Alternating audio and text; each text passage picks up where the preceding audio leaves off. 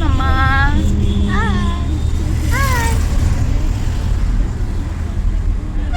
আমরা কোথায় যাচ্ছি?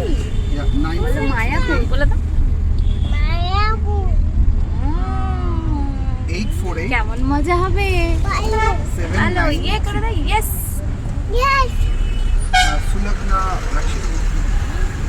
আমরা আজকে মায়াপুর যাব। কোথায় ফার্স্ট টাইম।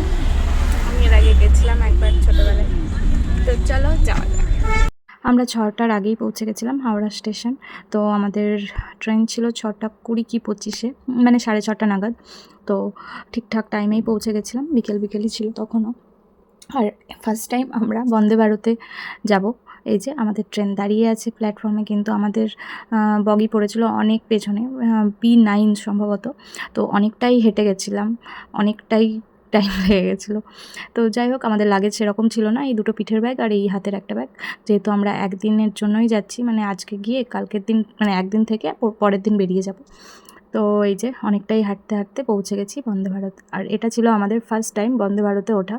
তো উঠে আমাদের আলাদা কিছু একদম লাগেনি। হ্যাঁ, একটু রংচঙে, একটু একটু লাইটিং দেওয়া, এই আর কি। আর আলাদা কোনো বিশাল, মানে অন্যরকম এক্সপিরিয়েন্স নয়, কারণ আমাদের সাথে একটু কি বলবো, আমরা যেদিন গেলাম সেদিন আমাদের ট্রেনটা খুব লেট করেছিল। যেখানে 7:30টায় পৌঁছানোর কথা, সেখানে আমাদের পৌঁছতে 8টা বেজে গেছিলো। তো যার জন্য বলবো যে এক্সপিরিয়েন্স খুব একটা ভালো না। আর হ্যাঁ, এখানে একটা জিনিস আমরা পেয়েছি, সেটা হচ্ছে ফ্রিতে বটল। তো দুজনের দুটো জলের বোতল দিয়ে দিয়েছিল। আর যারা, আমরা তো 1 ঘন্টার পরেই নেমে যাব। আর যারা রাতে মানে ট্রাভেল করবে তাদের জন্য ডিনার বা দুপুরে যারা খায় তাদের জন্য লাঞ্চ টাঞ্চ থাকে। কিন্তু আমরা তো 1 ঘন্টার মধ্যেই নেমে যাব। তো যাই হোক, এখানে মামামের জন্য আমি কিছু কলা, মানে কয়েকটা কলা নিয়ে এসেছিলাম, যেহেতু ওখানেও থাকবো, পাবো কি পাবো না।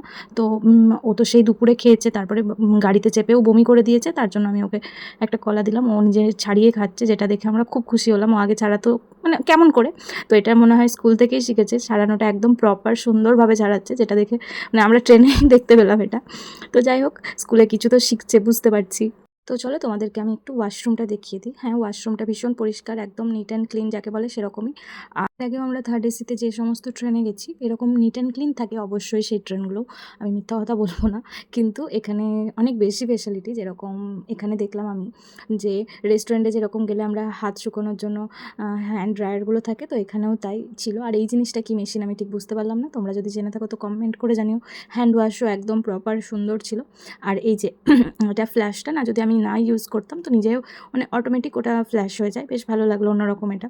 আর দরজাটা দেখো, মানে বগিতে ঢোকার দরজাটাও বেশ অন্যরকম, এটা টাচ করলেই মানে হাত দেখালেই খুলে যায়, আবার নিজেই বন্ধ হয়ে যায়, এটা অন্যরকম। এগুলো নতুন দেখছি। আর এদিকে আমার মেয়ে কান্নাকাটি শুরু করে দিয়েছে। আমি একটু ঘুরতে গেছি, মানে ওয়াশরুমে গেছিলাম, তো ও এসে কান্নাকাটি করেছে। আর এদিকে দুষ্টুমি তারপর শুরু হয়ে গেছে। দেখো, আমাদের ছিল যেহেতু সাইড লোয়ার সাইড আপার, তো আমার মেয়ে ওই সিঁড়ি দিয়ে একবার করে ওপরে উঠছে আর একবার করে নামছে। আর বাবার কাজ হচ্ছে একবার করে ওঠানো আর নামানো। মানে ও এত দুষ্টুমি না করে, আমরা মানে সামলাতে হিমশিম খেয়ে যাই। কোথাও গেলেও একটু শান্ত তো থাকতে পারেই না, জানি না এত ওর মধ্যে এনার্জি কোথা থেকে আসে। আমরা সামলাতে সামলাতে মানে লাস্টে মনে হয় যা যা খুশি কর তুই, আমরা শুধু দেখি তোকে ব্যাস, মানে ওই চোখে তো দেখতে হবে না তো কখন কি বিপদ ঘটিয়ে ফেলবে। আর এই যে বেরোনোর যে দরজাটা, সেটাও দেখলে অটোমেটিক যখন আমরা প্ল্যাটফর্মে পৌঁছে যাব, মানে যেখানে নাম্বার সেখানে নিজেই প্ল্যাটফর্মে দরজা খুলে যায়, দরজা আলাদা করে খোলার কোনো প্রয়োজন হয় না। আমরা এখন নবদ্বীপ স্টেশনে পৌঁছে গেছি। আর আমরা এখন টোটোতে করে পৌঁছে গেছি নবদ্বীপ ঘাটে। এখানে 9টা অবধি যাতায়াত চলে, তারপরে বন্ধ হয়ে যায় নৌকো, তখন আবার ভোরবেলা থেকে শুরু হয়। তো আমরা তাড়াতাড়ি চলে এসেছিলাম, যেহেতু 9টা, আমরা পৌঁছেছি 8টার পর। তো যাই হোক, স্টেশন থেকে ঘাট বেশ 10 মিনিট তো বটেই, বেশ অনেকটাই টাইম লাগলো। আর এখানে বসে এত ভালো লাগছিল না, চারিদিকে আলো তো ছিলই, পুরো এপার ওপার সব দেখা যাচ্ছিলো। মাম্মাম তো খুব খুশি, ওর জ্ঞান হওয়ার পর প্রথম এই ভটভটিগুলোতে উঠেছে। আর এদিকে আমরা মায়াপুরে পৌঁছে গেছি, দেখতেই পাচ্ছ কত লোক। আর হ্যাঁ, তোমরা এখানে একটু মানে গিয়েই অনেক টোটো পাবে। তো মায়াপুরে যেতে তোমাদের কারোরই অসুবিধা হবে না। যারা আগে থেকে রুম বুকিং করে এসছো তারাও রুম পেয়ে যাবে, মানে তাদের তো কোনো চিন্তাই নেই, তোমরা বলে দেবে যে অমুক জায়গা যাবো, তোমাদেরকে পৌঁছে দেবে। আর যারা মনে করছো যে যাবে কিন্তু রুম পাচ্ছ না বা বুঝতে পারছো না, তারা এখানে গিয়েও রুম বুকিং করতে পারবে, যেটা আমরা বুঝলাম। তো চলো, আজকের মতো ভিডিওটা আমি এখানে শেষ করছি। কাল সারাদিন কী করবো না করবো সব কিছুই তোমাদের সাথে শেয়ার করবো।